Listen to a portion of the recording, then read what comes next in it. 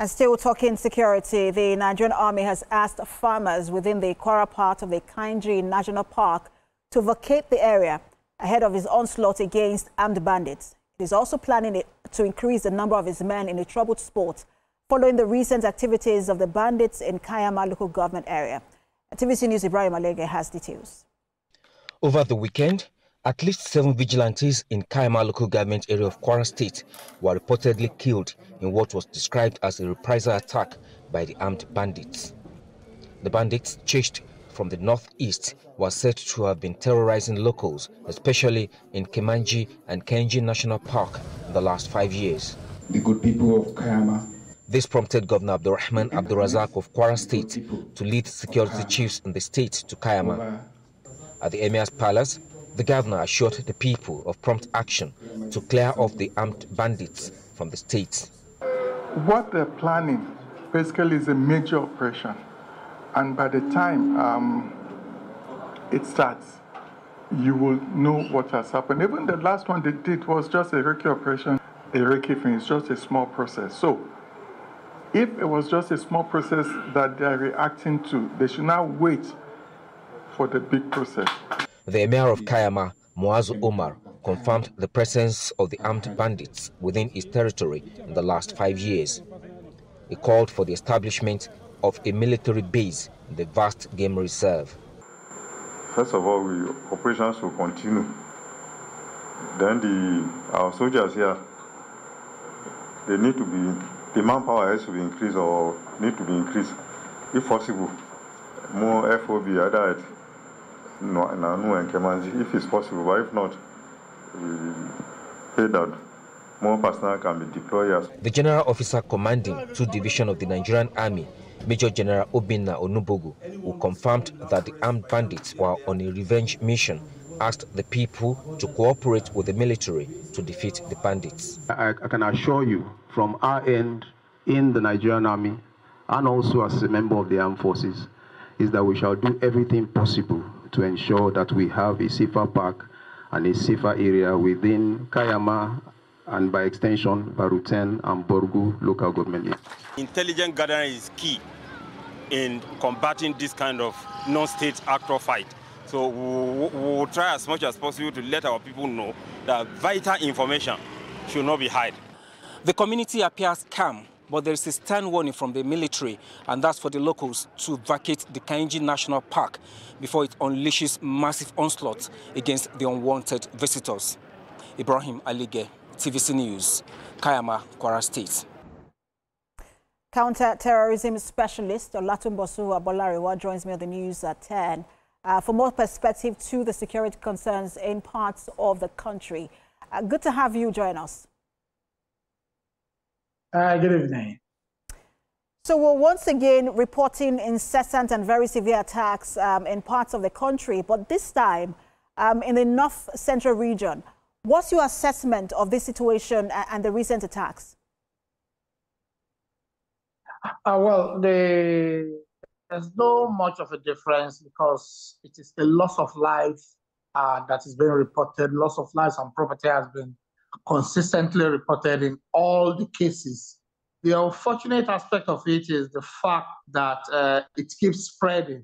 So North Central is taking, the Middle Belt is taking, Jos, Plateau, and it's really, really sad and bad to see that a whole section of the country is coming under serious attack. And I think something urgently needs to be done to stop this spread before it leads to more bloodshed in other parts of the country. And interesting, you mentioned the spread because we're seeing different kind of attacks, whether it's in the northwest, in the northeast, now north central. But this has been going on for nearly 17 years now. We have been battling insecurity challenges in this country almost without any respite. Are we decimating these terrorists as we are made to believe?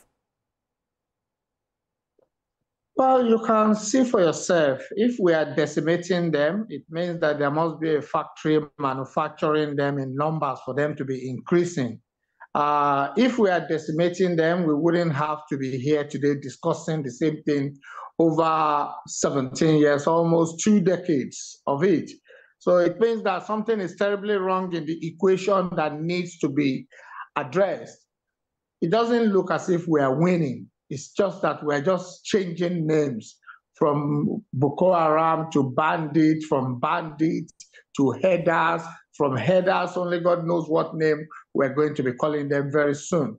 So changing brand name or group names while the loss of life and property is consistent on the part of the innocent Nigeria is something that really calls for urgent attention.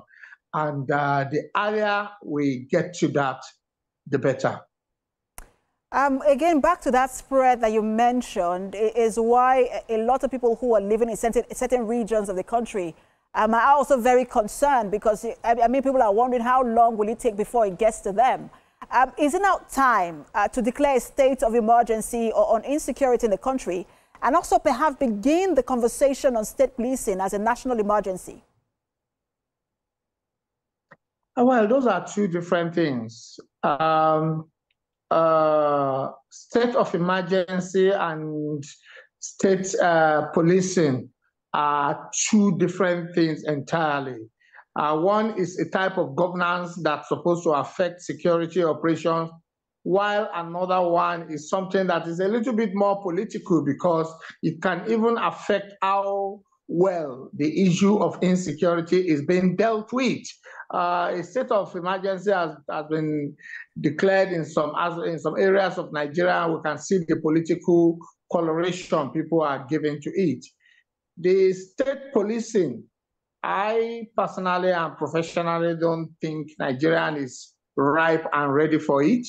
And I think we need to rethink it before we go to it. The existing apparatus, security apparatus we have in the country, needs to really be looked at. And the laws guiding insecurity and the result for anybody who commits insecurity also needs to be looked at, because it tends to look as if the terrorists or the suspected assailant are having a field days everywhere, while the justice system does not seem to be having any, they are completely negated or not heard from in this, while the improvised people of all those regions are continue to be killed. I will continue to say it is only the innocent and poor Nigerians in those areas that are suffering every day, while justice system is not actually, does not actually seem to be doing anything or everything. So I don't know how many people have been arrested or arraigned for one offense or the other, but we are quick to condemn somebody to death for defending themselves in Ekiti State, you know, recently, because the penal code allow for that to happen. But should people fold their hands and continue to be killed?